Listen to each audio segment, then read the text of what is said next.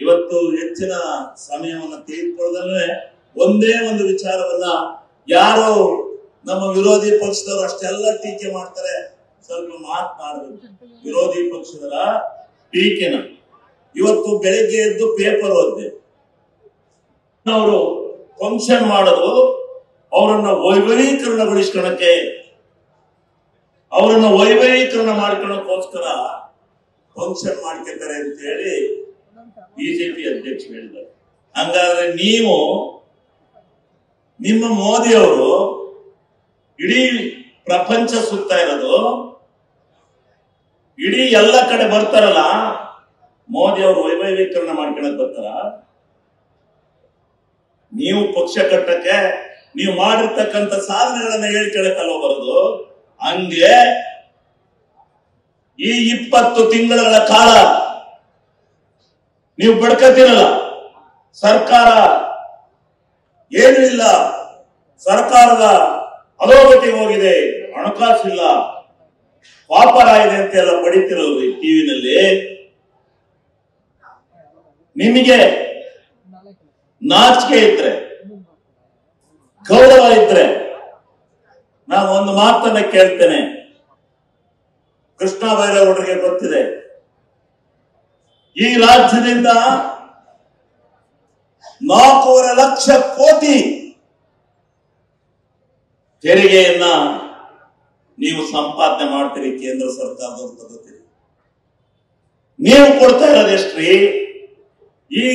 ಈ ರಾಜ್ಯಕ್ಕೆ ಬಿಜೆಪಿಯವರಿಗೆ ಆತ್ಮಸಾಕ್ಷಿ ಇದ್ರೆ ಈ ಮಾತನ್ನ ನಾನು ಕೇಳಲಿಕ್ಕೆ ಬಯಸ್ತೇನೆ. ಎಷ್ಟು ಕೊಡ್ತಾ ಇದ್ದೀರಿ? ಕೇವಲ 65,000 ಕೋಟಿಯನ್ನ ಕೊಟ್ಟು ಕರ್ನಾಟಕ ರಾಜ್ಯವನ್ನ ರಾಜಕೀಯದ ದ್ವೇಷದ ಹಂಚಿನಲ್ಲಿ ತಗೊಂಡು ಹೋಗ್ತಾ ಇದ್ದೀರಿ. ಒನ್ ನೇಷನ್ ಒನ್ ಟ್ಯಾಕ್ಸ್ ಅಂತ ಹೇಳಿ ನಮ್ಮ ರಾಜ್ಯದಲ್ಲಿ ಬರ್ತಕ್ಕಂಥ GST ಅನ್ನು ನೀವು ತೆಗೆದುಕೊಂಡು ಹೋದ್ರಿ. ಏನನ್ನು ಕೊಡ್ತಾ ಇದ್ದೀರಿ ನಮ್ಮ ರಾಜ್ಯಕ್ಕೆ? ಎಲ್ಲಿಂದ ತಂದು ಮಾಡಬೇಕು ನಾವು? ನಮ್ಮ ತೆರಿಗೆ ಹಣವನ್ನ ನೀವು ತೆಗೆದುಕೊಂಡು ಹೋಗಿ, ಕೊನೆಯ ಪಕ್ಷ ಅರ್ಧ ಭಾಗ ತೆರಿಗೆ ಹಣವನ್ನಾದ್ರೂ ನೀವು ಈ ರಾಜ್ಯಕ್ಕೆ ಕೊಡದೆ ಹೋದ್ರೆ ಹೆಂಗ್ರಿ ಸರ್ಕಾರ ನಡೆಸ್ತಾ ಇರೋದು? ಆದ್ರೂ ಸಹ ಸಿದ್ದರಾಮಣ್ಣವರು ಇಂತೆಲ್ಲ ಸಚಿವ ಸಂಪುಟದ ಸದಸ್ಯರ ವ್ಯವಸ್ಥೆ ಒಳಗಡೆ ಇವತ್ತು ಸುಭದ್ರವಾಗಿರ್ತಕ್ಕಂಥ ಆರ್ಥಿಕ ಪರಿಸ್ಥಿತಿಯನ್ನ ಕರ್ನಾಟಕ ರಾಜ್ಯ ಹೊಂದಿದೆ ಅಂತಕ್ಕಂಥದ್ದನ್ನ ನಾನು ಸಾಬೀತು ಮಾಡಿ ತೋರಿಸ್ತೇನೆ. ಬಿಜೆಪಿಯವರಿಗೆ ಒಂದು ಸವಾಲು ಕೊಡ್ತಾ ಇದ್ದೇನೆ. ಯಾವತ್ತೂ ಸಹ ಬಜೆಟ್ ಇಲ್ಲಿಗೆ 18ನೇ ಬಜೆಟ್ ಮೇಲೆ ನಾನು ಮಾತನಾಡಿದ್ದೇನೆ. ವಿಧಾನಸಭೆಯನ್ನ ಪ್ರವೇಶ ಮಾಡಿದ ಅಂದಿನಿಂದ ಇಂದಿನವರೆಗೆ 1.5-2 ಗಂಟೆಗಳ ಕಾಲ ಸುದೀರ್ಘವಾಗಿ ಈ ರಾಜ್ಯದ ಬಜೆಟ್ಟಿನ ಬಗ್ಗೆ, ಹಣಕಾಸಿನ ಬಗ್ಗೆ ಸವಿಸ್ತಾರವಾದ ಮಾತನ್ನ ವಿರೋಧ ಪಕ್ಷದಲ್ಲಿ ಎದ್ದು ಮಾತನಾಡಿದ್ದೇನೆ. ಈಗ ಒಂದು ಸವಾಲನ್ನು ಬಿಜೆಪಿಯವರಿಗೆ ಕೊಡ್ತೇನೆ. ಹಣಕಾಸಿನ ಸುಭದ್ರತೆಯ ಬಗ್ಗೆ ಮಾತನಾಡಲಿಕ್ಕೆ ನಿಮಗೆ ಆತ್ಮಸ್ಥೈರ್ಯ ಇದ್ರೆ ಎಲ್ಲಾದ್ರೂ ಪಬ್ಲಿಕ್ ಅಲ್ಲಿ ಬರಲಿ. ಏನಿದೆ ಹಣಕಾಸಿನ ಪರಿಸ್ಥಿತಿ ಏನಿದೆ ಅಂತಕ್ಕಂಥದ್ದನ್ನು ಹೇಳ್ತೇನೆ. ಒಂದು ಮಾತನ್ನು ಹೇಳ್ತಾರೆ, ಏನು ಗ್ಯಾರಂಟಿ ಯೋಜನೆಯನ್ನ ತಂದುಬಿಟ್ಟು ಸರ್ಕಾರ ಏನಾಗಿದೆ ಅಂತ. ಏನಾಗಿದೆ ಸರ್ಕಾರ? ಗ್ಯಾರಂಟಿ ನಿಮಗೆ ತಾಕತ್ತಿದ್ರೆ ಇದ್ಯಾಕೆ ಸುತ್ತಿ ಬಳಸಿ ಹೇಳ್ತೀರಾ? ಗ್ಯಾರಂಟಿ ನಿಲ್ಸಿ ಅಂತ ಹೇಳ್ರಿ, ರಾಜ್ಯದ ಜನ ಕೊಟ್ಟಿರುವಂತದ್ದನ್ನ. ನಿಮಗೆ ತಾಕತ್ತಿದೇನ್ರಿ? ಯಾಕ್ರಿ ಒಂದು ಎಲ್ಲ ತಲುವೆ ಆ ಗ್ಯಾರಂಟಿ ಹಣ ತೆರಿಗೆ, ಇನ್ನೇನು ಗ್ಯಾರಂಟಿ ಕೊಡಬೇಕಾದ್ರೆ ತೆರಿಗೆ ತಗೊಂಡಲ್ಲೇ ಇನ್ನು ಇತ್ತರದಲ್ಲೇ ಮಾಡ್ತಾರ? ಸಂಪಾದನೆ ಮಾಡಬೇಕು, ಕ್ರೋಢೀಕರಿಸಬೇಕು. ಅದನ್ನ ಯಾವ ಬಡ ಸಮೂಹ ಈ ರಾಜ್ಯದಲ್ಲಿದೆ, ಯಾವ ಬಡ ಸಮೂಹ ಈ ರಾಜ್ಯದಲ್ಲಿ ಹಿಂದೆ ನಾನೇ ಹೇಳ್ತೀನಿ, ನಮ್ಮ ಮನೆಯಲ್ಲಿ ಶುಕ್ರವಾರ ಅಂತ ಮಳಲಿಯಮ್ಮ ವಾರ ಮಾಡ್ತಾರೆ. ಮಳಲಿಯಮ್ಮ ಅನ್ನೋ ದೇವರು ಅವತ್ತೊಂದಿನ ಅನ್ನ ಇಕ್ತಾ ಇದ್ರು, ಅವತ್ತೊಂದಿಷ್ಟು ಇಷ್ಟ ಅನ್ನ ಇಕ್ತಾ ಇದ್ರು.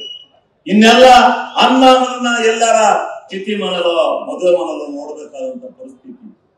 ಇವತ್ತು 5-10 ಕೆಜಿ ಅಕ್ಕಿಯನ್ನ ಕೊಟ್ಟು ಇಡೀ ರಾಜ್ಯದ ಜನ ಬಡತನದ ನಿರ್ಮೂಲನೆ ಮಾಡಿ ಇವತ್ತು ಸುಭಿಕ್ಷವಾಗಿ ಅನ್ನವನ್ನ ಸ್ವೀಕಾರ ಮಾಡ್ಲಿ ಅಂತೇಳಿ ಕೊಟ್ಟಿರ್ತಕ್ಕಂಥ ಸಿದ್ದರಾಮಣ್ಣ ಡಿ ಕೆ ಶಿವಕುಮಾರ್ ಅವರ ಸರ್ಕಾರವನ್ನ ನೀವು ಅಳಗಳಿದ್ದೀರಲ್ಲ, ನಿಮಗೆ ಈಗ ಯಾಕೆ ನೀವು ಬಿಹಾರದಲ್ಲಿ ಹೊಂಟಿದ್ರಿ ತರಕ್ಕೆ ನಾಚಿಕೆ ಆಗಲ್ಲ ನಿಮಗೆ? ಫಾಲೋ ಮಾಡಕ್ ನಮ್ಮನ್ನ ಅದನ್ನ ಟೀಕೆ ಮಾಡ್ತೀರಿ, ಇಲ್ಲಿ ಅಲ್ಲಿ ಬಿಹಾರದಲ್ಲಿ ತರ್ತೀರಿ, ನಾಚಿಕೆ ಆಗಲ್ಲ ನಿಮಗೆ? ಇಂಥ ನೀತಿಗೆಟ್ಟ ಕೆಲಸವನ್ನು ಮಾಡಬೇಡಿ. ಯಾವುದನ್ನ ಒಳ್ಳೇದು ಮಾಡಿರ್ತೀವೋ ಅದನ್ನ ಒಳ್ಳೇದು ಅಂತ ಹೇಳಿ, ಕೆಟ್ಟದನ್ನ ಮಾಡಿದ್ರೆ ಕೆಟ್ಟದ್ದು ಅಂತ ಹೇಳಿ. ನಿಮಗೆ ಕೇಂದ್ರ ಸರ್ಕಾರದಿಂದ ಬರಬೇಕಾದಂತ ತೆರಿಗೆಯ ಬಾಬತ್ತಿನ ಹಣವನ್ನು ಕೇಳಲಿಕ್ಕೆ ಜಂತರ್ ಮಂತಲ್ಲಿ ಇಡೀ ಶಾಸಕರು ಮಂತ್ರಿಮಂಡಲ ಎಲ್ಲ ಹೋಗಿ ಧರಣಿ ಕೂತು ಕೊಟ್ರ. ನೀವು ಮಲತಾಯಿ ಧೋರಣೆಯನ್ನ ಮಾಡ್ತಾ ಇದ್ರಿ. ಆಂಧ್ರಕ್ಕೆ ಬೇಕಾದಷ್ಟು ಕೊಡ್ತೀರಿ, ಬಿಹಾರ್ಗೆ ಬೇಕಾದಷ್ಟು ಕೊಡ್ತೀರಿ. ಏನ್ ನಿಮ್ಮ ಮನೆದ ಹಂಚ್ಕೊಡಕ್ಕೆ? ಈ ದೇಶದ, ಈ ಕರ್ನಾಟಕ ರಾಜ್ಯದ ಪ್ರತಿಯೊಬ್ಬ ನಾಗರಿಕ ಕಟ್ಟಿರ್ತಕ್ಕಂಥ ತೆರಿಗೆ ಹಣ ನಿಮಗೆ ಮನ ಬಂದಂತೆ ಅಲ್ಲ, ನಮಗೆ ಬರಬೇಕಾದಂತ ಪಾಲನ್ನು ಕೊಡಿ. ಇದು ಒಂದು ಆಂದೋಲನ ಈ ರಾಜ್ಯದಲ್ಲಿ ಆಗಲೇಬೇಕು. ಕೃಷ್ಣ ಬೈರೇಗೌಡರು ಅಂತ ಅವರ ನೇತೃತ್ವವನ್ನು ವಹಿಸಬೇಕು.